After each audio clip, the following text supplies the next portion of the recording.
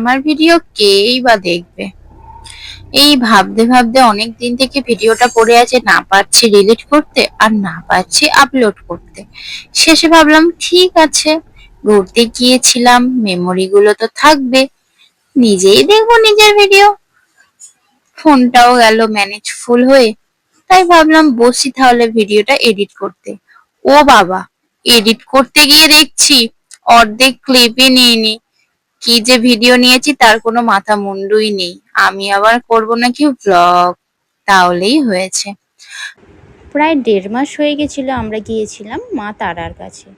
তারা মার কাছে পুজো দিয়ে আমরা তার পরের দিনকেই চলে আসি শান্তিনিকেতন, এবং সকাল থেকেই আমরা সাইট সিনের জন্য বেরিয়ে পড়ি। যেহেতু আমরা সেই দিনকেই ফিরবো, তাই কারণে আমরা অনেকগুলো স্পট দেখতে পারিনি। কিছু কিছু স্পটেই আমরা গিয়েছিলাম। প্রথমেই এসেছিলাম এই রাজবাড়িতে, এবং এখানে রানী রাসমণির সিরিয়ালটির শুটিং হয়েছিল। আমিও এখানে এসে একটু আমার ফটো ভিডিও শুটিং করে নিয়েছিলাম। ভীষণই এখানে ভালো ফটো এসেছিল, এবং এখানে সবাই মিলে 10 টাকা দিয়ে প্রবেশ করেছিলাম। তারপরেই আমরা চলে আসি সৃজনী শিল্পগ্রাম। এই গ্রামটা মানে এই এরিয়াটা বেশ বড়। এই এরিয়াটার নাম দিয়েছে সৃজনী শিল্পগ্রাম। বিভিন্ন শিল্পকলা দিয়ে এই জায়গাটা সাজানো রয়েছে। এখানে প্রবেশ মূল্য ছিল 30 টাকা, বাচ্চাদের কোনো প্রবেশ মূল্য ছিল না। 30 টাকা দিয়ে আমরা সবাই টিকিট কেটে নিই এবং এখানে প্রবেশ করি। এই এরিয়াটা যেহেতু অনেকটাই বড়, তাই বাচ্চাদের খেলার জন্য খুব ভালো একটা জায়গা। কিন্তু বেশিক্ষণ তো এখানে সময় কাটানো যাবে না, এরপরে আরও অনেকগুলো স্পট দেখাচ্ছিল, তাই জন্য আমরা প্রায় আধা ঘন্টার মতো এখানে ছিলাম এবং পুরো জায়গাটা আমরা ঘুরে দেখি। যা যা শিল্পকলা রয়েছে সেইগুলো আমরা দেখি। বিশ্বকবি কবিগুরু রবীন্দ্রনাথ ঠাকুর এই কারণেই হয়তো কলকাতার এই ভিড় থেকে সুদূর প্রান্তে শান্তিনিকেতনে চলে গিয়েছিল শান্তির খোঁজে। এই শান্তিনিকেতনে যারাই এসেছে তারা সত্যিই শান্তিই খুঁজে পাবে। এই জায়গাগুলো দেখলে মনটা সত্যিই শান্ত হয়ে যায়। এত গাছপালা আমাদের এখানে কোথায় বা আছে, এত ফুলের বাগান আমাদের এখানে কোথায় বা আছে। সত্যি এখানে এত সুন্দর জিনিসগুলো দেখলে এমনিই মন ভালো হয়ে যাবে। আর এখানে যে ছৌ নাচের বিভিন্ন মুখোশ পুতুল রয়েছে, প্রত্যেকটা এক একটা এরকমভাবে সাজানো ঘর রয়েছে, যার মধ্যে বিভিন্ন ধরনের ছৌ নাচের মুখোশ সাজানো রয়েছে। এই জিনিসগুলো আমরা ঘুরে ঘুরে দেখি, বাচ্চারা এখানে খেলাধুলা করে এবং বিভিন্ন ফুলের বাগানগুলো সবাই ঘুরে দেখতে থাকি। আমার সাথে আপনারাও দেখতে থাকুন। এই সৃজনী শিল্পগ্রামে কিন্তু অনেকেই তানপুরা বাজাচ্ছে, কেউ তবলা বাজাচ্ছে, কেউ নিজের মনে গান করছে। সবই যেন এখানে শুধু শিল্প। আর এত সুন্দর সুন্দর মাটির কাজ, বিভিন্ন ছোট ছোট জায়গা করে সেখানে বিভিন্ন ধরনের নকশা করা, খুব সুন্দরভাবে এই ছোট এরিয়াটাকে সাজিয়েছে। এবং এখানে যারা একটু নৃত্য পরিবেশন করছিল মহিলারা, তারা কিন্তু সবাইকে বলছিল এসো আমাদের সাথে একটু আনন্দ করে যাও, কারণ তাদের এইটাই পেশা, তাদের সাথেও একটু আনন্দ করলে তাদের একটু ভালোই লাগবে। তো আমরাও এখানে ঘুরে তাদের সাথে একটু আনন্দে মেতে উঠি।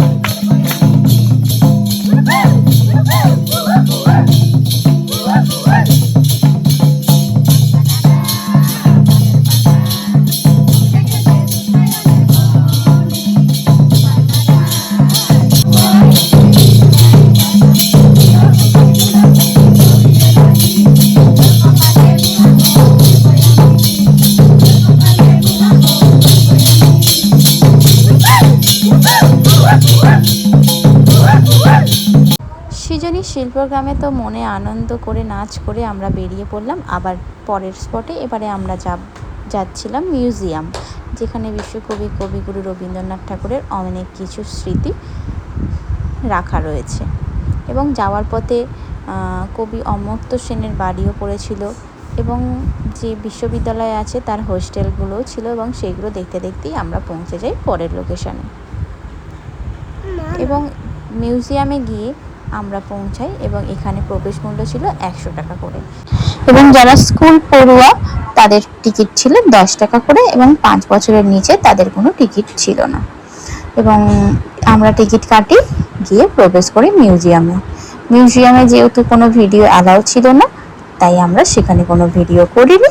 আমি মিউজিয়ামে ঢুকে অনেকক্ষণই সময় কাটিয়েছিলাম, বিভিন্ন জিনিস আমরা দেখছিলাম খুব ভালোভাবেই, আর ভীষণ ভালোও লাগছিল। তো এখানে মিউজিয়ামে আমরা ঘুরে বেরিয়ে আসি, এবং মিউজিয়ামের চারপাশে অনেক বাগান ছিল, সেই বাগানেও অনেক ফুলের চাষ হয়েছিল, সেই সব দেখে এখানেও একটু ফটো ভিডিও করে নিয়ে তারপর আমরা আবার চলে যাই নেক্সট লোকেশন। নেক্সট লোকেশন ছিল কোপাই নদী। সেই কোপাই নদী যেখানে কবিগুরু রবীন্দ্রনাথ ঠাকুর কবিতা লিখেছিলেন, আমাদের ছোট নদী চলে আঁকে বাঁকে, বৈশাখ মাসে তার হাঁটু জল থাকে। সত্যি এত সুন্দর সুন্দর কবিতা তিনি লিখেছিলেন না, বলার কথা নয়। এবং সেই কোপাই নদীতে যেহেতু আমরা ওখানে আর নামিনি, ওখান থেকে আমরা শেষের লোকেশন চলে যাই সোনাঝুরি হাট। এবং সোনাঝুরি হাট মানে কি বলবো, এখানে শপিং করতে করতেই সমস্ত সময় শেষ। দেখে নিই একটু এখানে লোকেশনটা। এখানে শনিবার এবং রবিবার নাকি সব থেকে বেশি বড় হাট বসে। আমরা যেহেতু গিয়েছিলাম সোমবারে, সেখানেও অনেক বড় হাট ছিল, কিন্তু শুনলাম শনি রবিবারে নাকি এর থেকেও বেশি বড় হাট বসে। মানে এখানে এই হাটটা একদিনে কোনোভাবেই কভার করা সম্ভব নয়।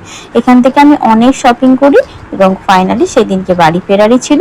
এখানে শপিং করে সোজা আমরা চলে যাই স্টেশনে, এবং তারপরে আমরা ফিরে আসি বাড়ি।